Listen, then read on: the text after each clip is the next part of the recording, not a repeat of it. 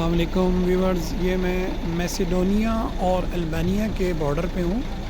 Passport control है यहाँ पे। जो भी बस आती है वो बस खड़ी हो जाती है और सारे लोग एक क्यूब बना के पासपोर्ट कंट्रोल पे जाते हैं और एंट्री की स्टम्प जो है उनको लगती है।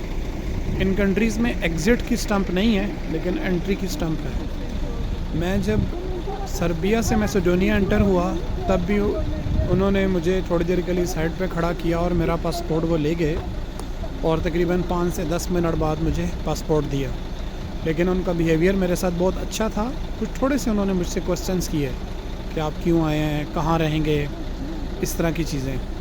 और जो अब ये मैसिडोनिया और अल्बानिया बॉर्डर है इस पे भी इन्होंने मेरा पासपोर्ट ले लिया और बड़े अच्छे तरीके से मुझे उन्होंने कहा कि प्लीज़ आप थोड़ी देर इंतज़ार कीजिए।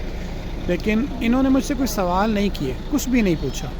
मैं थोड़ी देर के लिए साइड पे खड़ा रहा और थोड़ी देर के बाद एक ख़ातून ऑफ़िसर आईं और उन्होंने बड़े अच्छे तरीके से मुस्कुराते हुए मुझे मेरा पासपोर्ट वापस किया और उन्होंने कहा कि सॉरी, आपको इंतज़ार करना पड़ा। और इन्होंने मुझे पासपोर्ट दे दिया। ये बॉर्डर है मैसिडोनिया, नॉर्थ मैसिडोनिया और अल्बानिया का।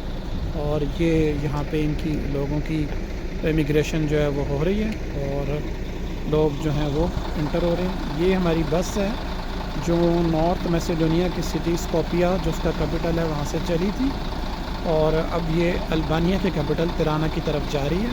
तो ये तकरीबन 7 से 8 घंटे की जर्नी होती है और मैं अब इसमें बैठ के तो इसमें चला जाऊँगा।